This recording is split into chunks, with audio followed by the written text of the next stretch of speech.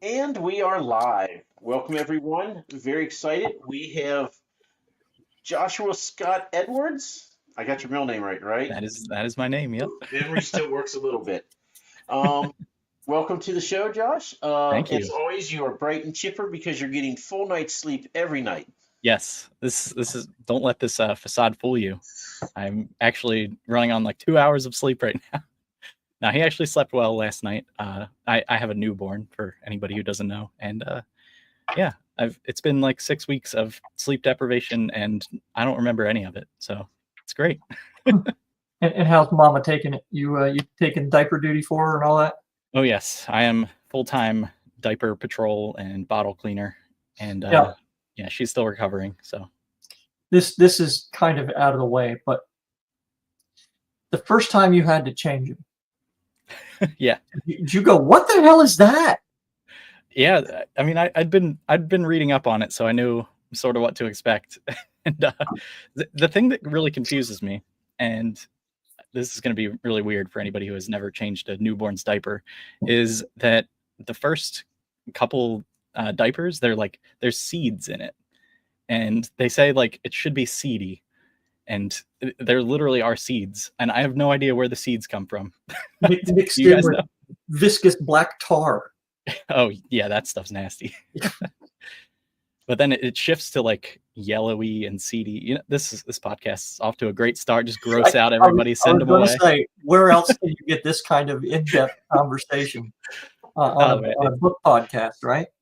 I can't help it. My wife and I, we talk about poo like every single day, and it's gonna spill over a little bit, I guess. Sit there and look at each other and say, "This is our life now. This is what we do." Yep. So, Josh, we didn't even make an entire minute into the show before we went on our first tangent. I think you win. Perfect. Oh, sorry, Tim. Yeah. You may want to finish up quickly because there's going to be more, I'm sure. I think we're done. We'll give you a little break. Wolf it down, man. Get it down.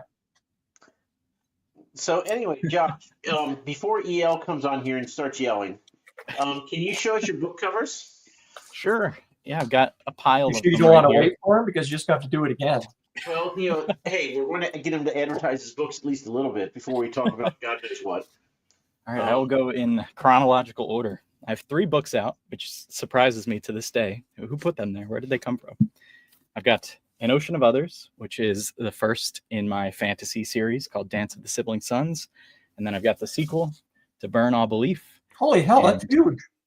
Yeah, it's a chonker. I didn't even realize when I was writing it how big it was going to be. It's about 155,000 words. Yeah, Johnny Douglas, he was one of the very first ARC reviewers, and he left a really nice review. He said the horror elements were as good as what Stephen King does, which he's a liar, but it was very nice to hear. You take that. You just go right. Yeah, I'll take it. Thank you very much. And then most recently, I've released this one, Grave of the Waiting, which the cover art was actually done by your last guest, Luke Tarzian. And nice. He's multi-talented. I was going to say the covers look really, really nice on that. I as an editor, I want to find someone like you who sends books that size. Oh yeah. Oh, yeah. I mean, I guess by the word, right? Pay better, right? Yeah. Yes, please. 300,000 words? Absolutely. Bring it on. Yeah. And as me as a reader, I'm sorry, I'll never read your books because I have a 500-page limit. So just read it in 2 sections. Max 500 pages? Yeah. 500 pages. He's being arbitrary. And let me tell you, my friend, this one right here is only 489 pages. So there you go, Mike. You have to now. But if you don't read that now, Mike, you're just a dick. How long is the sequel? The sequel, yeah, you might get too invested, and then the sequel's 560 pages, and you can't do it. So I mean, I understand. If it's not like 700, 800, those are just those are weapons. They're not really, especially if you get the hardback. But I mean, Tim McKay's here, and he keeps telling me that his book is 550 or something, but it's really 3 books in one. So if I just look at so I'll just get it and cut it into thirds. Yeah. And it'll feel better in my hand. Fit your arbitrary rules. If you get it as an ebook, Mike, you'll never even notice. It doesn't weigh any more than any other book. Yeah, but because I'm old, I have the font size so large. It's like you are on page 3 of 4,071 pages. Yeah, but you're flipping a page every 6 seconds because you've only got like 5 words on it. I know. It makes me feel so good. I'm like, who else can read Yeah. 10 pages a minute? I'm crushing this book. People see you on the train like, man, that guy's going fast. And I'm like the gerbil on the wheel because I'm getting nowhere here. I'm 37 pages into the 4,000. Hey, before we get too deep into books, and we won't, today on Twitter, someone threw shade on Mike and I for having horrible taste in film. Yeah, I didn't know what they were talking about. You guys got to explain that. Well, let's do it this way. Give me your 5 best movies all time. Me or Mike? You. Okay. Mike doesn't watch Best movies. movies all time. Last movie Mike saw in a theater was probably black and white, if not a freaking silent film. Well, I'm a big fan of the Lord of the Rings trilogy, so as generic as that answer is, that's probably my top 3. No, we'll count that as 1. Okay. We're not going to let you get out of it that much.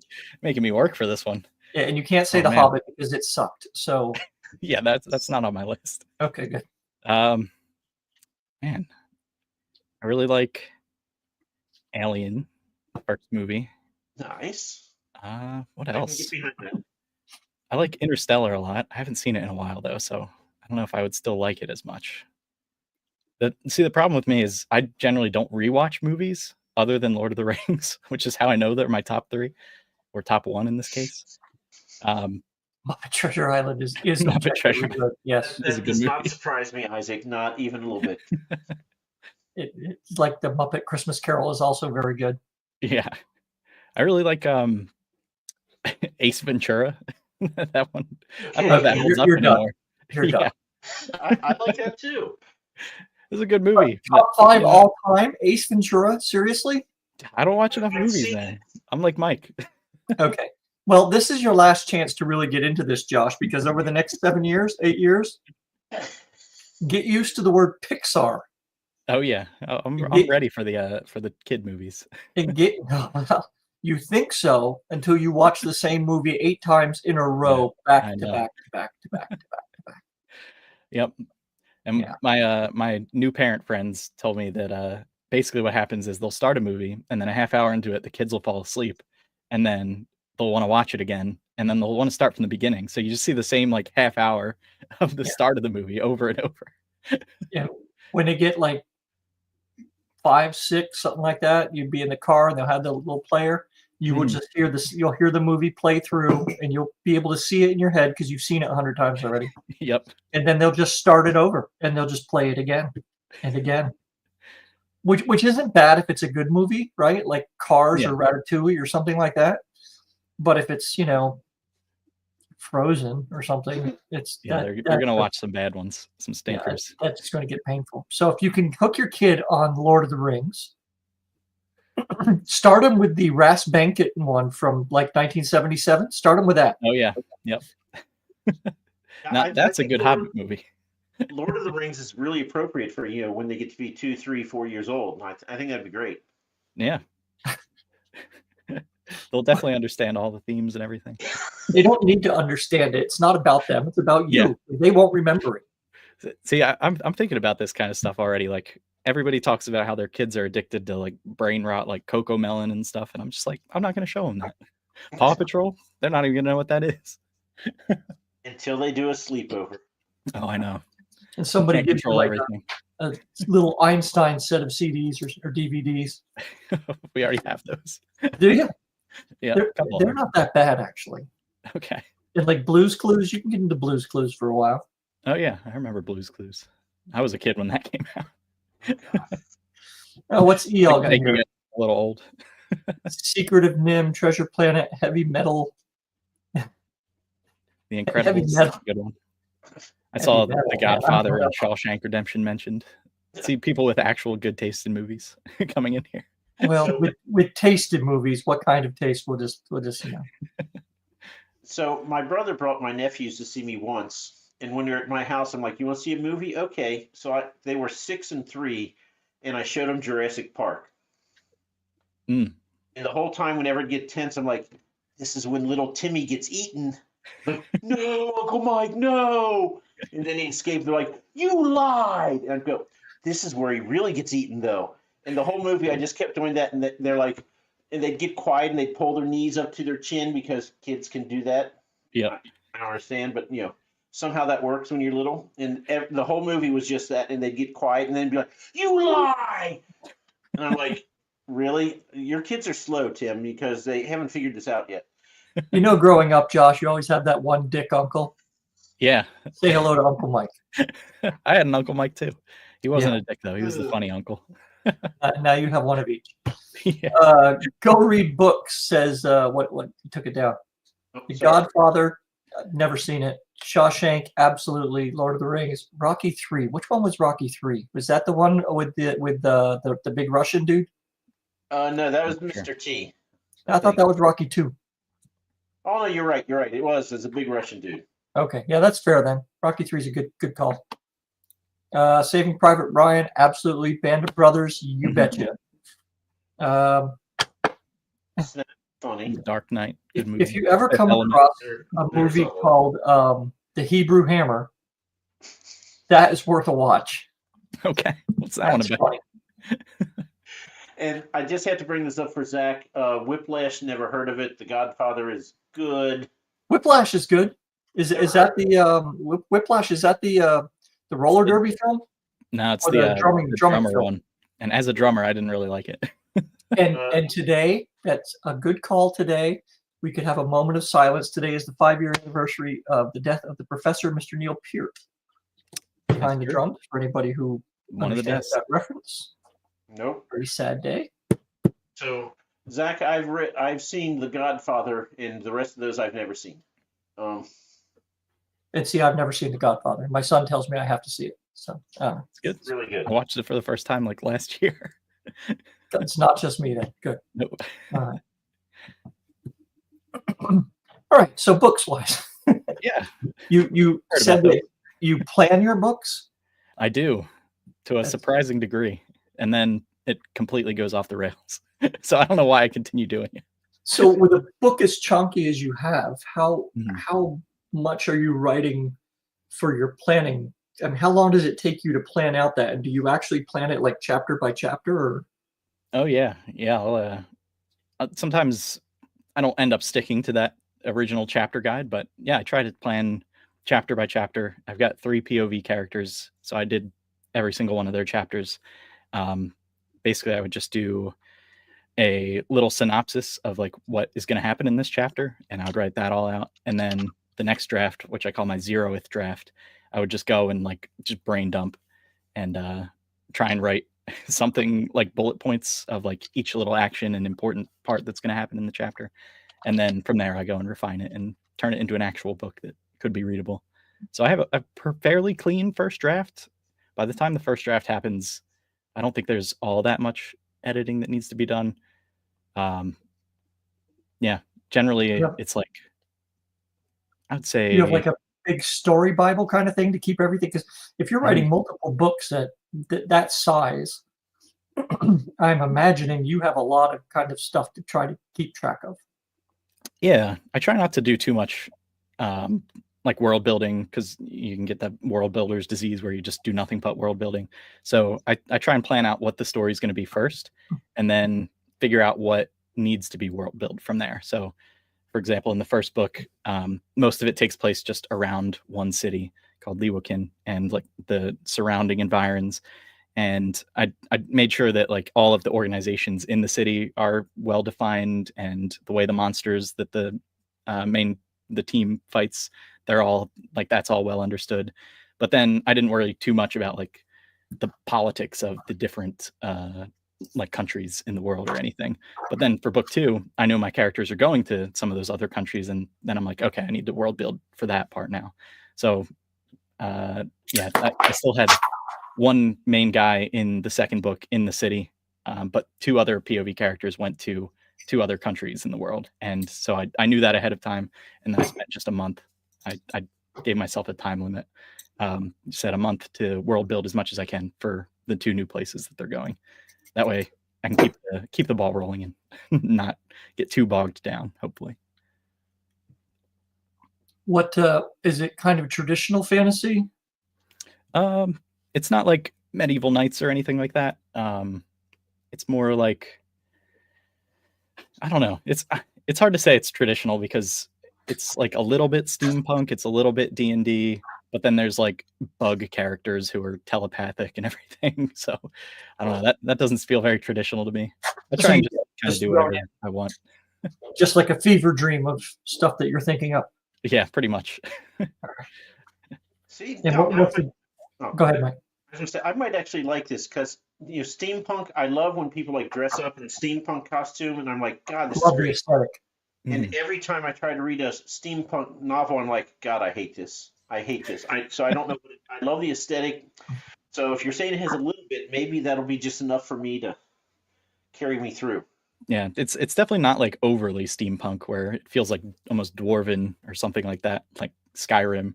It's more like I decided steam needed to be important because one of the main magic systems is fire, and if these people are gonna be like conjuring fire, it makes sense for them to get ahead a little bit in the tech tree on Steam. So there's steam and firearms and stuff like that, but it's still mostly like low fantasy, I would say. Or maybe low fantasy is not the right way to do that. Yes, we are talking An Ocean of Others. That's this one. But yeah, it's a weird blend of genres. I think it's like a little bit fantasy, a little bit horror, but then in the back, like all the stuff that I don't tell people is kind of like almost sci-fi because I just have an electrical engineering background, so I can't help but systematize things and think of them in terms of like electricity and rules and stuff like that. I am constantly amazed at how many people with STEM careers are writing this stuff. Yeah. Where the hell are all the English majors and liberal arts people? They're writing lit fic because they were told that's the only thing worth writing. Yeah, that's fair. So I'm surprised. We've interviewed, I think, 4 accountants now on our show. I'm like, which is more accountants than anybody should ever have near them at any one time. I mean, that's something that detectives are going to look at and say, this many accountants? That's yeah, it's dangerous. Oi, Tim, back the hell up, mate. Are you an English major, bro? I do have a degree in English. Okay. Tim teaches it now, yeah. So he teaches creative writing. So it must be the teachers. Well, you drive safe there, John. Watch out for people doing stupid things in ice and snow, unless you're somewhere where there's no ice and snow, and then just look out for stupid people. They're always out there. John Stevenson, usually John 4 here in the chat writes things that we don't mention. He wrote this, which is odd and biscuits and gravy. Yeah, I don't know. Maybe he's just hungry. So anyway, so if you had to pigeonhole your book, Josh, what would you call it? Would you call it horror? Would you call it fantasy? What's it going to be? Well, I call them all different things. So An Ocean of Others, I call, I call it dark fantasy, which I feel like is a misnomer because anytime I look up dark fantasy on Amazon, it's like werewolves and like vampires and a lot of like harem stuff. And but it's not grimdark. Not that. It's not grimdark, no. Although I've debated calling it grimdark too. I think it's more hopeful than grimdark, so I don't want to call it grimdark. But I mean, I guess what I've heard is that dark fantasy is supposed to be a blend of like traditional fantasy and horror elements, and it's just that my horror elements are more like Lovecraftian rather than like werewolves and vampires and Dracula type stuff, which makes it a weird fit for the genre. How do you get into headspace to write that? I just sit down and I start writing. I don't know. And that's what comes out. Have you seen someone about that, Josh? Have you talked to anyone? They're very good people nowadays. Generally a pretty happy guy, I would say. But then I write some really messed up stuff. So, Ro, he got a degree in electrical engineering, so there's something off about him. Okay. Yeah. I've seen behind the curtain. Well, there was a joke I heard about electrical engineers. Go ahead, Mike. You talk. I'm gonna think of this joke. It's worth it. Oh, okay. So, what inspired you to start writing, Josh? We'll go with a generic question. Okay, well, I'll go with the generic answer, which is Game of Thrones. I read it and I was like, oh, I love this. I want to do something like this. And I'd been playing around with world building before, but after that, I decided I want to actually write a story. And then the way I got into that was when my friends and I were playing D&D, I would be the note taker, and I type really fast, so I would type down every single thing that happened and everything that people said, and then I would post those just in our shared Discord as like what I called it Grimm's Grimoire because my character's name was Grimm. And then I was like, well, if I'm going to write a story, I actually need to practice this. So what I did is I took Grimm's Grimoire and I just expanded it out into a first draft of a novel. And then I just kept taking like the next step. Oh, I should practice editing. And then suddenly I had a second draft. I should practice hiring an editor and working with other people. I should get a writing group and all this stuff. And before I knew it, the book was out. Just did you do any of those things? Oh, I did all that. Yeah. I got a writing group with, I met them just online with NaNoWriMo, which is basically dead now due to controversy. And I still talk to them and they're great. And they still occasionally beta read my stuff. And their suggestions were so helpful. And I feel like I learned so much just from getting into a writing group. And yeah, definitely recommend that. But I also took a self-publishing course just at a local college and went through like all the steps that you need to do to self-publish. And the professor of that course actually ended up becoming my editor. So that worked out nicely. That was very smooth of the professor at your course. Yeah. It was a good advertisement. So Josh, I have to tell you that your book is now off my TBR because I hate George R.R. Martin. And it's nothing like it, though.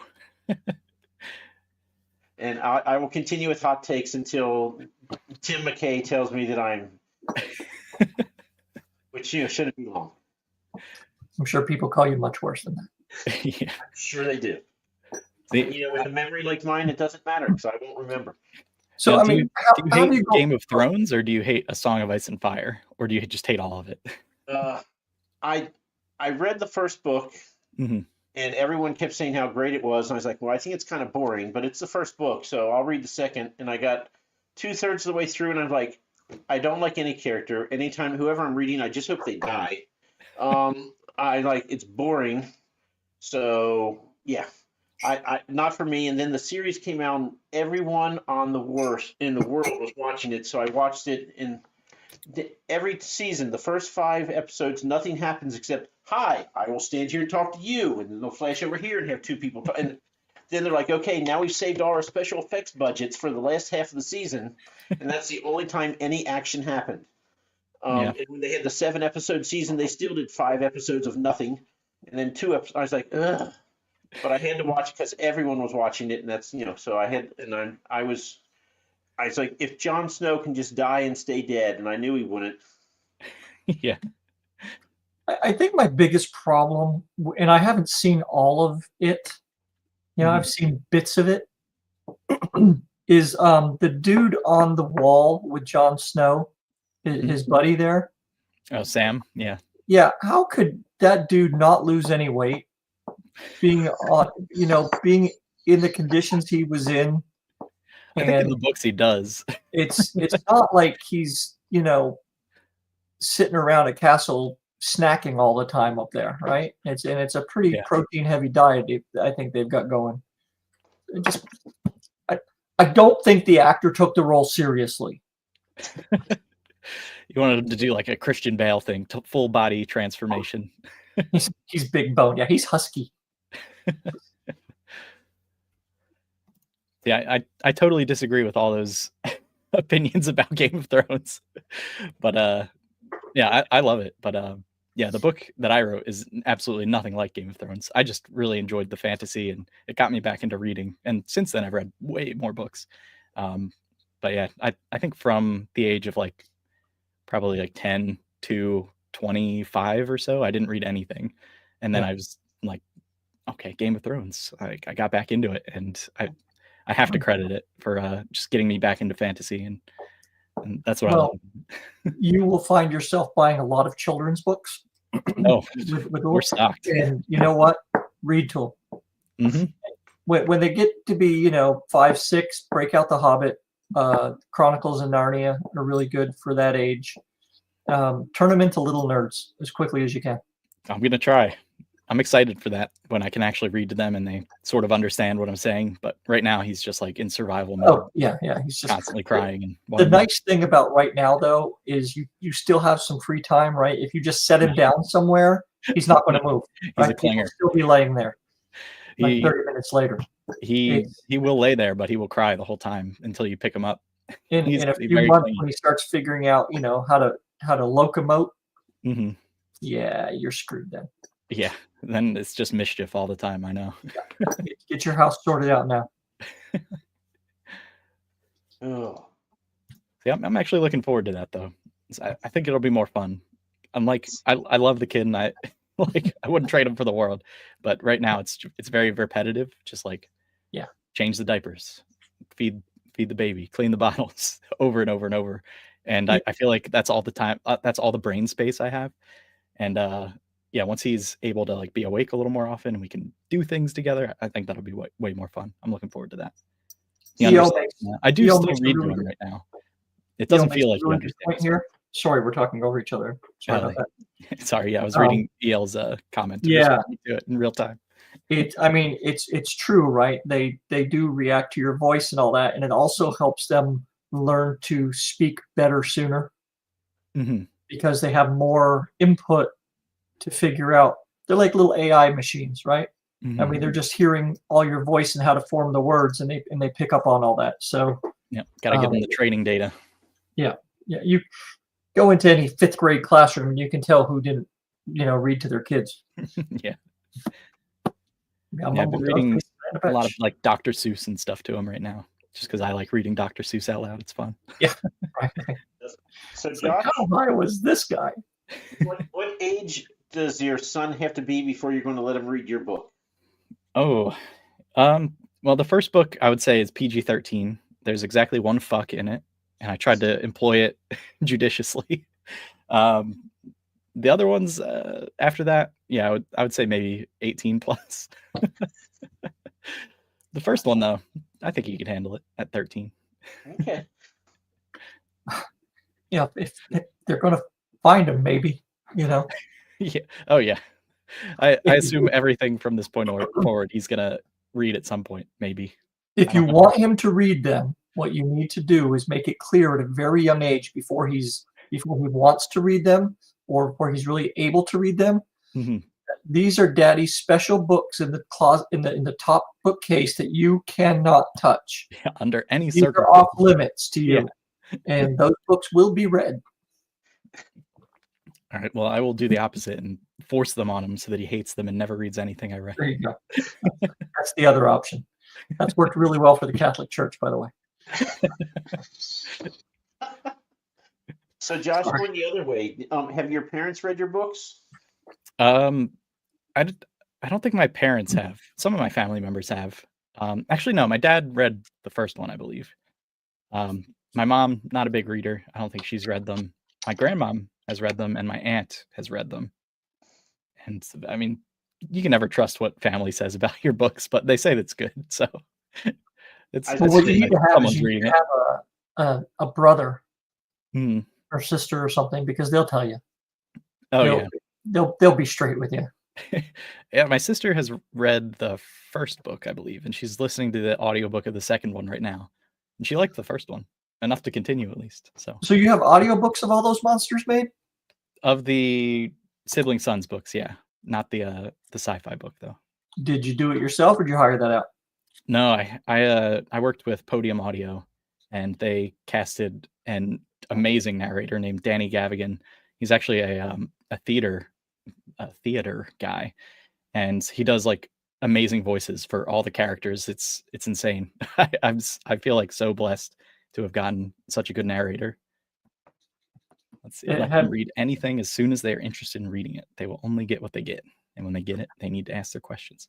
I am fully on board with just giving them as many books as possible and letting them all the access that they want.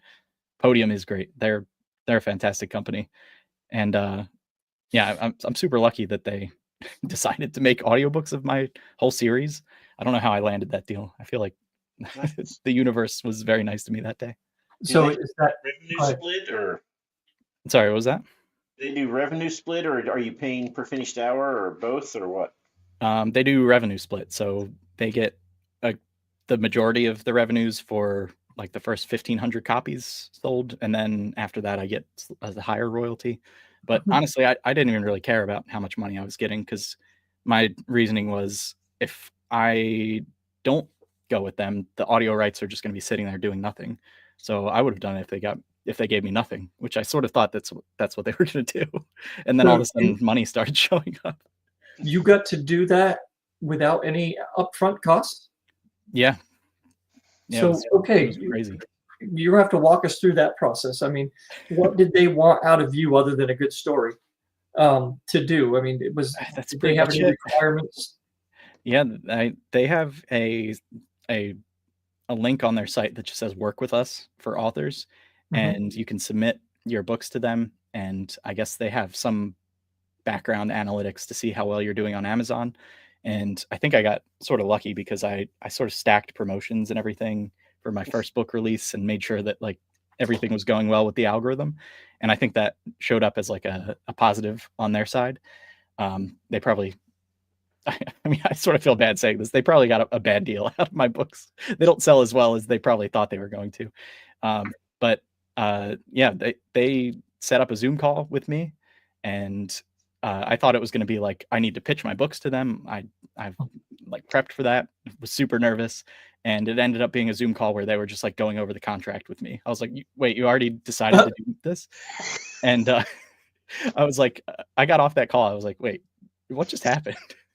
And then, yeah, they were like, well, we're going to cast someone. And when we have someone, you just need to send us some story notes for like how to pronounce things.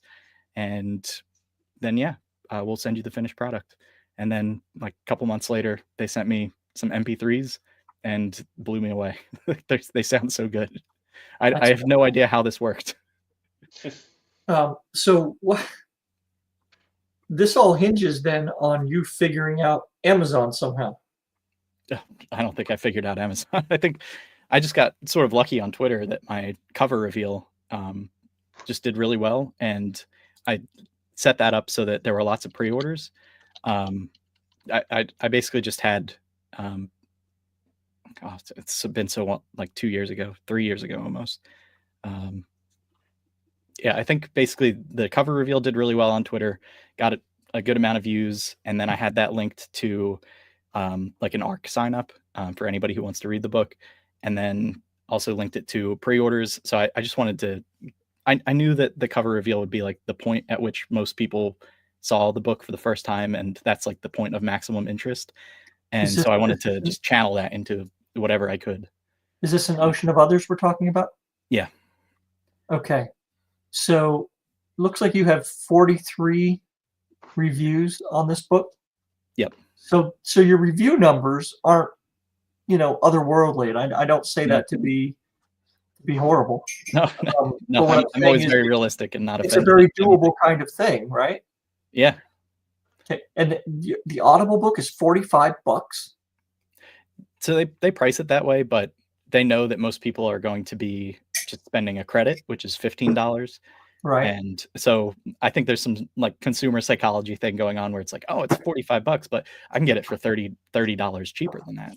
Right. I guess they figure they sign up for Audible, they're making most of their money back just off your book. Yeah. Well, that's very cool then. That gives hope for all of us. Well, yeah, I always tell anybody who wants an audiobook that they should at least submit to Podium. Just I think they're a very reputable company. Their narrators, they work with some great people. And yeah, I'm super happy with them, but it seems like they're fairly selective in who they choose, because most people that I've referred have not been chosen. So I don't know how I got chosen. I feel just very lucky. Well, that's good then. It doesn't matter how you got chosen at that point. Yeah. So, I mean, did they give you a deal where they're going to do like all the books in the series, or are they taking it one at a time? No, the first contract, they said they'll do the whole trilogy, and if I write more, they'll do those as well. Really? without knowing how it was going to do. Now, do they do any kind of promotion for you? No, not really. Okay. I mean, like I'm on their website and all, but they do like make graphics and stuff for me, but they don't really post them on their outlets. They just make them for me to post. Okay. Oh, that's cool. Yeah. Very cool. Oh, thank you, Sina Palm. I'm sure I'm pronouncing that wrong. Is palm potato in French? Is that what that means? Or no? I think if there's an S there, then it's palms. Never mind. Thank you. We never had one of our guests call one of our chat members a potato before. So, Josh, I just checked, and actually, I've already bought your audiobook. So. Oh wow! There you go. Now you have to read it. It's less than 500 pages. You've got the audiobook. It's audio, so now it's 0 pages. So. Did you just buy it now, or did you already have it? No, I was going to buy it now, but I already had it. So. Tell books. Well done. All right. Oh, I have no idea. No idea, John. So tell us about your sci-fi book. How did that come about? Why did you take this hard left turn into sci-fi when you're writing fantasy series? Because I'm unwise. Yeah, me. No, it would have been smart to just go right through and write the third book of my fantasy series. But, well, actually, it would have been smart to write the second book, because I actually wrote the sci-fi book before I wrote the second book of the series. But then it just worked out that I wanted to get the second book out before, and so I edited it first, and it was a whole thing. But the sci-fi book, originally I was publishing it as a serial on my website, which was a terrible idea. I wouldn't recommend it. It's definitely not like a serial format book where every chapter is like a self-contained story. It was very much like, this is just a book and I'm just publishing one chapter a month. It was a bad idea, and I don't think anybody read it like that. And it really just slowed me down. But yeah, the book is about a mathematician with an eidetic memory who basically was in a war in her childhood and suffered the traumatic loss of her parents. And because she has an eidetic memory, she relives that moment just over and over throughout her life. And while she's dealing with that, Earth is basically dying, and a planet arrives in the solar system. So a rogue planet parks itself in the solar system near Jupiter, and she gets recruited to a team that goes and investigates a mysterious signal coming from that planet. And when they get there, the shit hits the fan, and it becomes really like a sci-fi horror book inspired by Alien. Okay. Nice. Yeah. If you haven't gone over to Josh's website yet, go check that out. Who does your website, man? I does my website. You do it? Yes. Yep. So I have I use a content management service, or whatever they're called Ghost. And yeah, they have templates and everything. And since I write software for a living, I can just I just work on my website and maintain it myself, which is not I thought you were an electrical engineer. I have an electrical engineering degree, but you write software for a living. Yeah. Yep. Good God. So my degree is weird. I went to Rowan University, and they have a sort of joint program called electrical and computer engineering. So the computer part means that I had to take some computer science courses. And the joke was always that the electrical engineers are the worst computer scientists, which is true, actually, I think. But yeah, I always liked the software side more than the hardware side. So I decided to write software for a living. That is a nice complementary skill set for being an indie author. Yeah, it comes in handy way more than you'd expect, especially since ebooks are literally just code. Like I go in and edit like the HTML and CSS and everything just to work on the formatting and everything, and make sure that the file sizes are as small as possible. And yeah, it comes in handy a lot. Chad Hiking Reader, thank you for showing up. You could hire yourself out to other indie authors to do their web pages. I'm sure you would. I think I'm good enough to do that. I always recommend people just like find a good template site like Wix or something, and it'll probably end up better than anything I can do. I'm going to disagree. Would you like me to do your website, bro? I've seen plenty of websites. I don't even put mine among the worst. It's certainly not among the best. It's it's the top half of the bottom half, maybe. Okay. But yeah, I'm just saying there's plenty of room for there's plenty of opportunities in that space. Yes, that's true. Put it that way. Yeah. So, what is your main character's name? His name is Grim, which is Grim? short for Grimly. Nice. Little bit of ironic foreshadowing there with the name Grim, but okay. Yeah. And what's his magic set? He is okay. So in the first book, he's not magic. In the second book, he might be a little magic. But yeah, he is basically a bounty hunter. So he's just super familiar with the city that he's in, and that's mostly his like superpower. Is he's just a good hunter, and he's actually like sort of bad at what he needs to do in the book. And one of the first plot lines that I had running throughout the whole book was that he was actually like really incompetent and couldn't do anything. But then I realized people don't want to read about terrible characters who can't do anything right. So a little bit of that. Wait. Hold on. Don Knotts, Sheriff Barney Fife, right? Not the most competent dude. Gilligan, again, not the most competent dude. There's plenty of examples of people who don't do things right that people want to see. But can you name someone who was doing this acting when Josh was actually alive? Yeah, I'm sure it can be done properly, but I was not doing it properly. My character was just miserable to read. He was like bad at everything. He'd try and do stuff and it would just not work, and then he'd just be like, I'm so useless and I hate this, and he was just kind of like annoying. So I cut that plot line and changed up his character arc a little bit. But you could have had somebody come in and kill him and then picked up a new character. That would have been different, right? Yeah. So I'm reading this book and the main character got schwacked, and now I have a new main character. I don't understand. Charlie Brown. Thank you, Isaac. Oh, there you go. Yeah. Perfect. Oh, sorry, my dog is barking over there. Oh, 1 second. So what was he? Be quiet. Sorry, I thought I muted myself there before I yelled. No worries. Mike's dogs do it too. Your dog listen? Sometimes. Oh wow. I think there's like a person outside or something right now. I can fix this in 2 seconds, actually. If you want to ask a long question, I can hear you. I'll keep this on. Yeah, that's fine. I'm kind of surprised it's taken us 160-something episodes before somebody's actually walked out on us. I would have thought it would have happened long ago. Yeah. I don't know what that says about our guests. Maybe they're just bored. Maybe they're super polite. Yeah, they're super polite, or they want to avoid writing, so they stay on our show. We do have a lot of Canadians around, so maybe that's all just kind of rubbed off. That's true. Never mind, I won't get into it. What was your guy hunting that he was no good at hunting? Originally, as a bounty hunter, what kind of critters, people, whatever was he?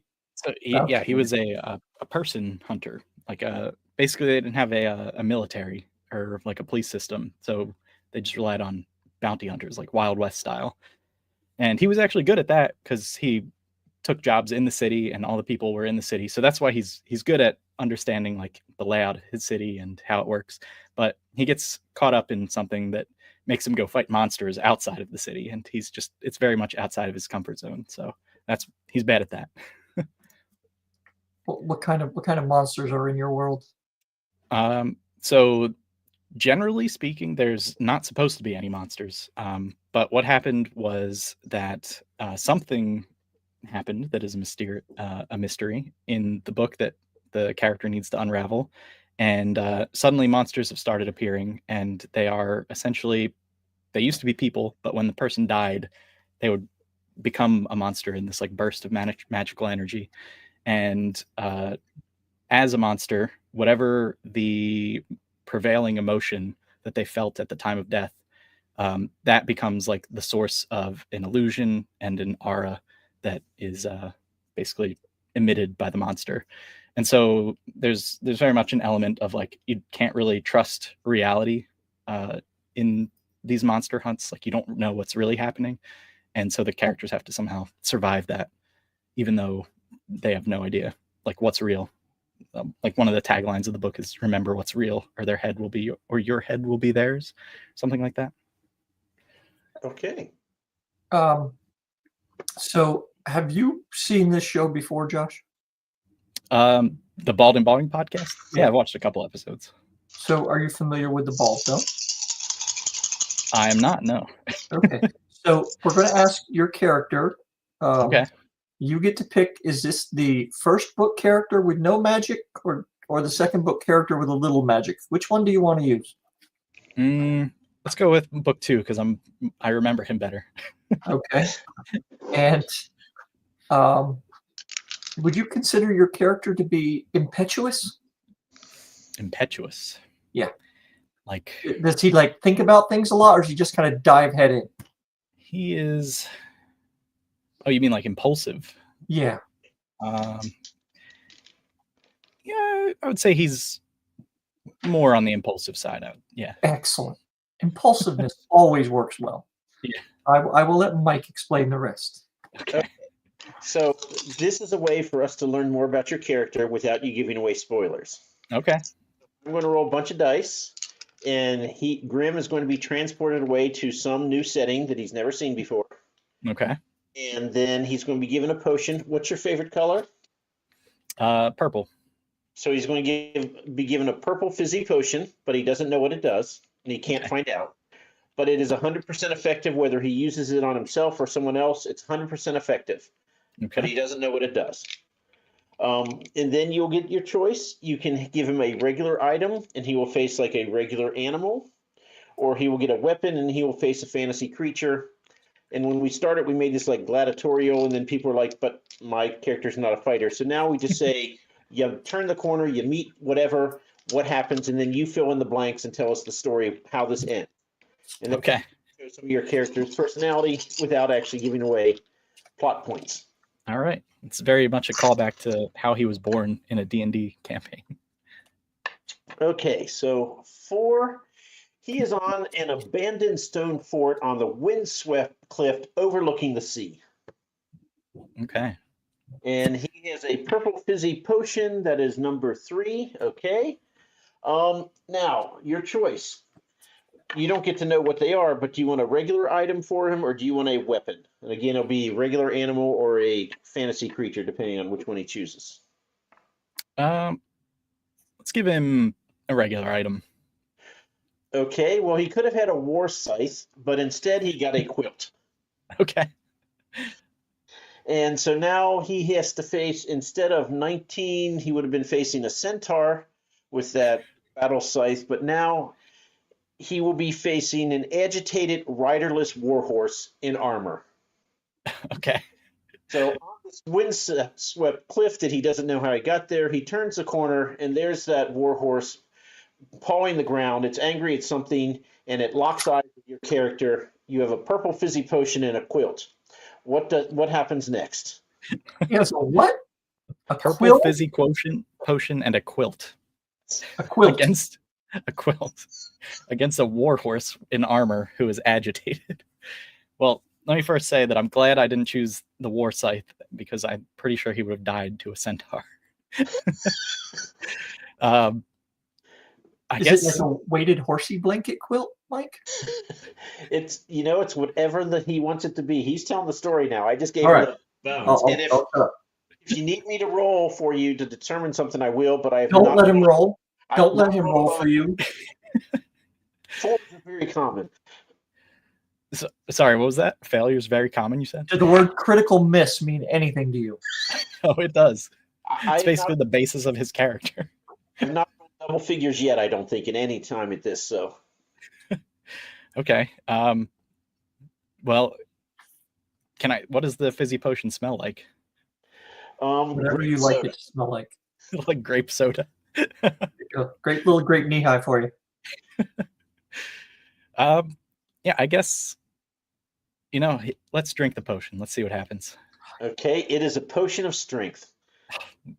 What So, that worked. I sent you some new potion ideas, Mike. Did you get that text? I really like it when I roll and I get the love potion and they decide to drink it. That's always fun, but sadly, you just get strength. So now he's very strong and he has a quilt and an empty flask and he's facing the.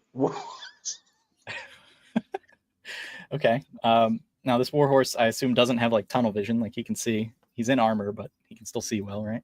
Right. All right. Well, since I'm strong, I guess I will sort of attempt to approach the horse calmly, trying to soothe it with my voice, but also Are you like holding the blanket out holding the blanket up like a matador? yeah, exactly. Okay. Would you like the quilt to be red? I mean, we can. Yeah, let's do it. Okay, it's a red quilt, just like you're a whatever, not Torador. A matador, yeah. Yeah, matador. Mike's Okay, old enough where a matador is still a car. so I rolled for you. I rolled a 7, which is Okay. common to me. Yeah. So Warhorse is not amused, still kind of angry, and is starting to approach, Okay. snorting at you in an angry sort of way. How fast is he approaching? Just a walk. He's not cantering yet, but Okay. Well, I will continue walking towards him, sort of still trying to soothe, but at any moment, I'm going to prepare an action to toss this quilt over the horse's head as soon as it tries to charge at me or something. okay. Well, oh my goodness, I rolled a 16. That is the first time I've rolled over 10. You put the quilt over the horse's head. Of course, it's going to start, throwing its head back and forth to get it off. But you have a little bit of time here. What do you do now? What do I do now? How close are we to the cliff?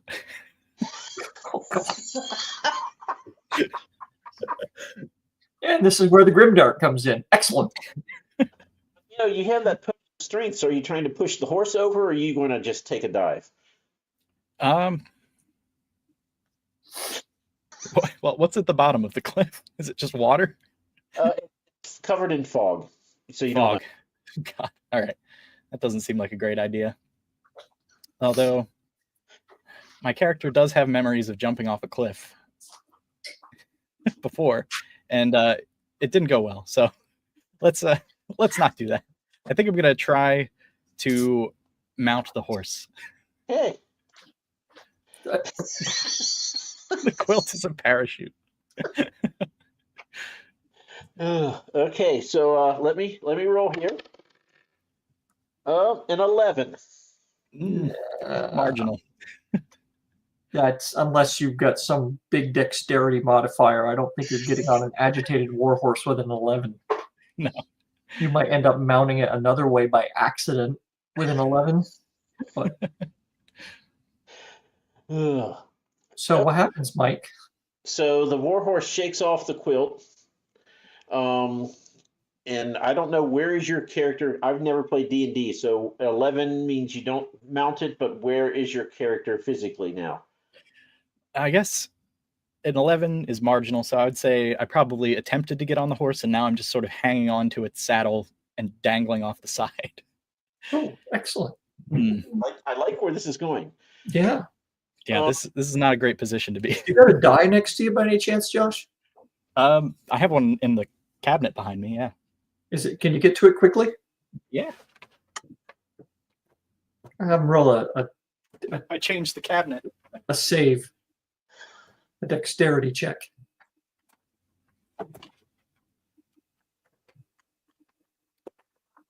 The die box. I need a D20, I guess. Yeah. Give us a 13 or better. There we go. Nice D20. We trust you. 12. Oh, yeah, you don't hang on to the horse. Okay, now I'll let you take it from here. Okay, now I'm on the ground with a horse probably trying to trample me. Yeah, this potion of strength, I don't want to really try my luck and try and like grab the hooves or anything when it's coming down. So I think I'm going to wait until it does try and stop me and give it like a roll to the side to dodge. Okay. Should I roll for that? You can dodge. We'll give you one. Okay. So now the horse is agitated, but it's no longer standing on your quilt. You have strength, but you're just getting up on your hands and knees now. What happens now? Sweep the leg. Sweep the leg. Sorry. Dan is on fire tonight. You know what? Yeah, let's. I think you head down and you bull rush it. You got that strength going for you. Yeah, I just don't know how strong the strength is, but No. I feel vigorous, so I will attempt to grapple the horse. I'll grab it by the legs and let's say the hind legs. Maybe that's a bad idea. Yeah, I would think the hind legs would. You spend a lot of time around horses, do you, Josh? Well, a war horse will buck up and like push you like that. So a war horse will fuck you up no matter where you stand. Yeah. Yeah. It's not good. So I rolled for you. Oh God. A 4. Wonderful. 4. I feel like I'm about to get a hoof to the chin or something like that. So yes, you get to pick which bone is broken, I guess. All right, my character has shoulder problems, so let's say I've got a broken clavicle now. I take a hoof right to the clavicle, and one of my arms is debilitated now. That's a bad spot to be in too. It's not looking great. Strength coach is not really helping if you can't use your arms. Yeah. Cinna is giving you some advice here. Sing. He's got an awful singing voice.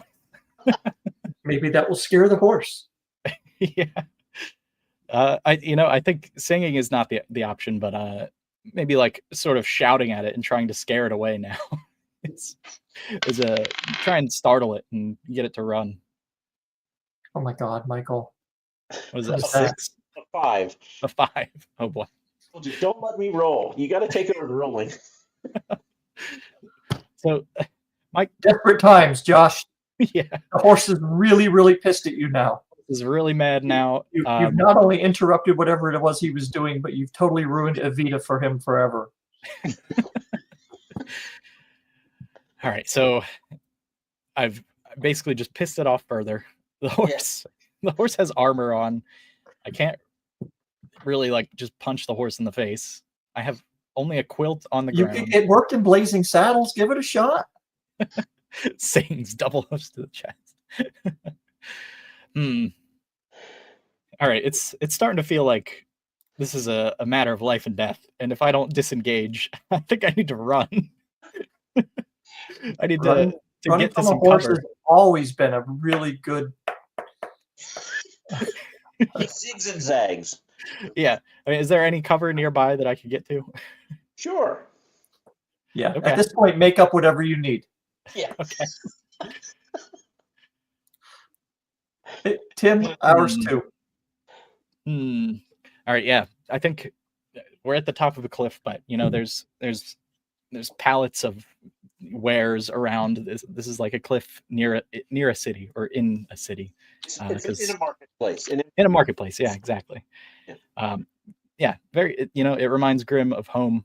It feels like he's in the blight. He's been on bad chases like this before, where he needs to turn the tides and get the upper hand. So I'm gonna duck around behind a pallet of stuff that is climbable, and if the horse charges at me or comes looking towards me, I'm gonna be waiting to basically jump on top of the pallet and just try and like grapple onto the horse, jump onto its saddle or something. Okay. Try and wrap my arms around this? Would you like me to roll for this, or would you like to roll? I will roll for this one. He's learning. Well done. It's not much better. It's a 12. Probably can't see it. Yeah. I think that'll do it. With your potion modifiers. Yeah. So now you're on top of the horse. Mm-hmm. See, I suggested in the chat that you show it a bottle of Elmer's to threaten it, and the chat YouTube rejected the comment. I don't think Grimm would know what Elmer's glue is. Okay, so I'm on top of the horse. I'm holding on to its neck, I guess. I've got to subdue the horse now. So I I've never done this before. I don't know how difficult it would be, but I'm just gonna try and choke out the horse.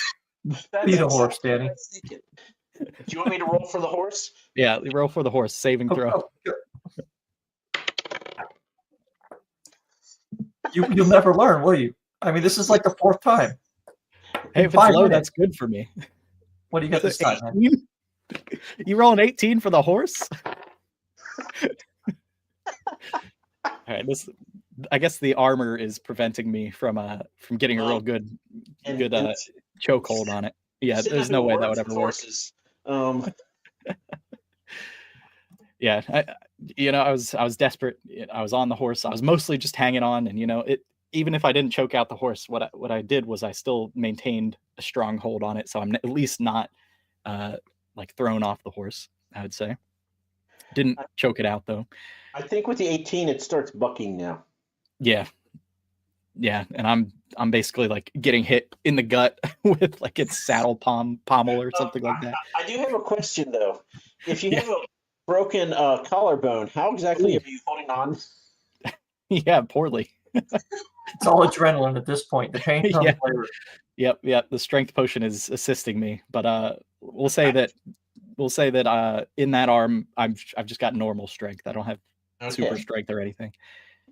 You're just gripping it really hard with the other good arm. Yeah. Isaac has a good question. What was that? How close are we to the cliff at this point? Do you still have that quilt? I mean, yeah, I think the quilt is long gone. It's in the past. It didn't serve any purpose other than to distract the horse for a failed attempt to mount it. But now I'm mounting it, and it turned out that was an even worse idea, and I should have probably just run away. And yeah, I don't know. I feel like at this point, it seems likely that as the horse is sort of bucking, and I'm trying to hold on for dear life, maybe one or both of us is going over the cliff. Yeah, I don't see this having a happy ending for me. I tell you what, you roll for survivability of what you land in, and I'll roll for the horse. Okay, sounds good. If anybody survives. Ro, what do we need to roll to survive? Are you heading toward the cliff? Yeah, we both just went over.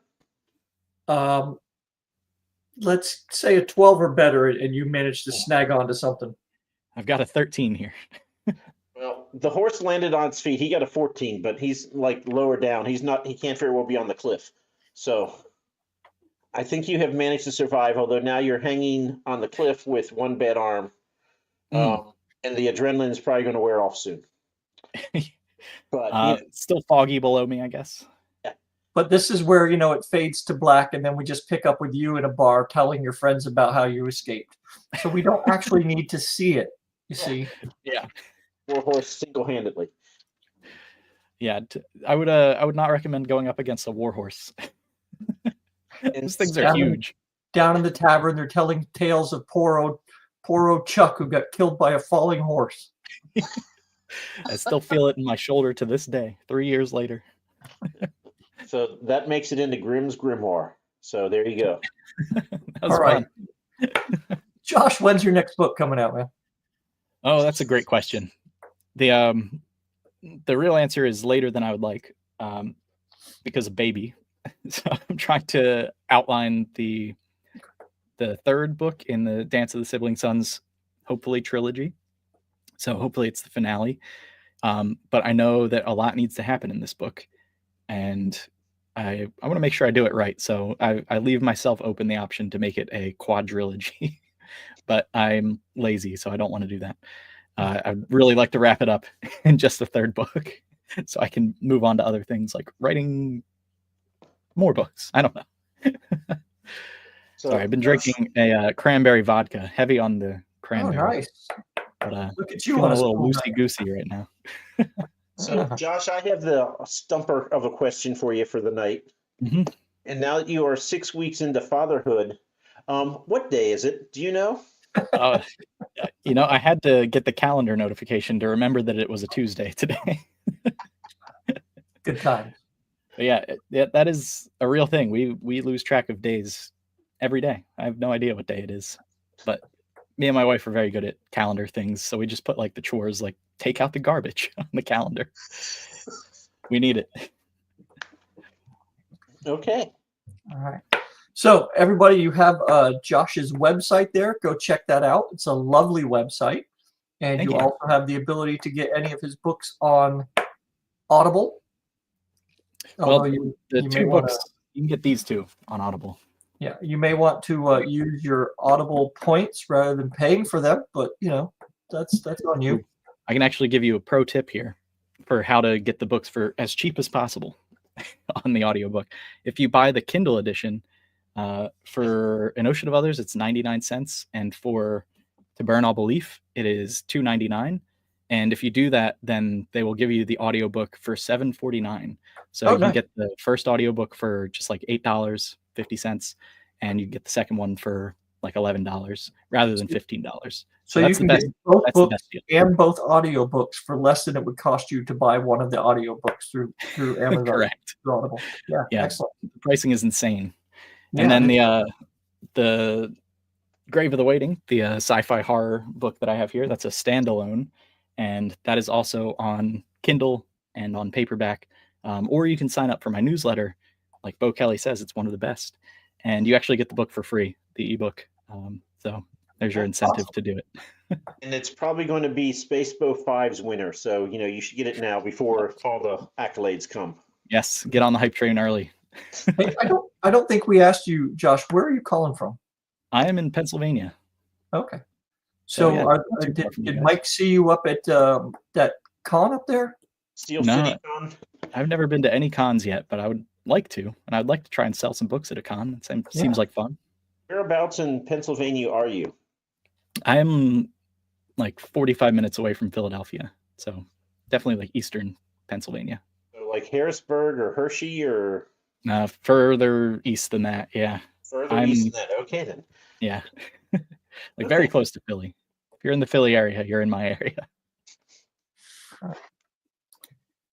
Oh, cool. Oh yeah, King of Prussia is very close to me. It's like 20 minutes. You guys can get to join his writing group. Yeah. Me and the potato in the Amish country. Not quite, but very close. They make very good pretzels. You should get some Amish pretzels. All right. Anything else, Mike? Nope, that's all I got.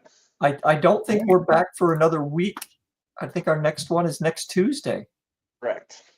Awesome. Of course, I have a couple invitations out and people have not responded, so you never know. We might have one between now and then. Next Tuesday Next Tuesday is the next one scheduled. Yeah. is hold on. Yeah, the 14th. We have Gregory Michael. Yep. Actually, I'm going to use this time real quick. Sure.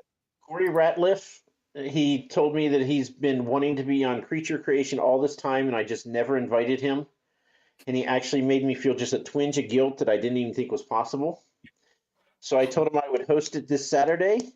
And I was like, great, do you have any friends that can join? And he said, no. So we have Corey and no one else. I need 3 volunteers for Creature Creation on Saturday at 8 p.m., 7 p.m., one of those. Anybody, if you want to, hit me up on Twitter, somewhere, email, whatever, and you can be on and we can do a really goofy Creature Creation thing. As opposed to all the other ones. Well, I mean, All we right. did make the lesser dodo. Josh, Lesser thank you. dodo. Thank you very much for taking away from your precious sleep time. We appreciate it. Oh, yeah. No, this is And, great. Thank you guys so much for having me on here. Apparently, the folks in the chat say that you are now the bar at which the Bald Dome is judged. So Awesome. Yeah. Hopefully, whoever sets the next bar doesn't fall off a cliff. it's happened. Not everybody survives. Yeah. It's very par for the course for Grim. Poor Grim. He goes through a lot. All right. Everybody in the chat, thank you very much for showing up. And we hopefully will see you all next week and enjoy the snow and the ice and whatever it is you have wherever you are. All right. Have a good Thanks, one, guys. everybody. See you, everybody. Yeah. Oh.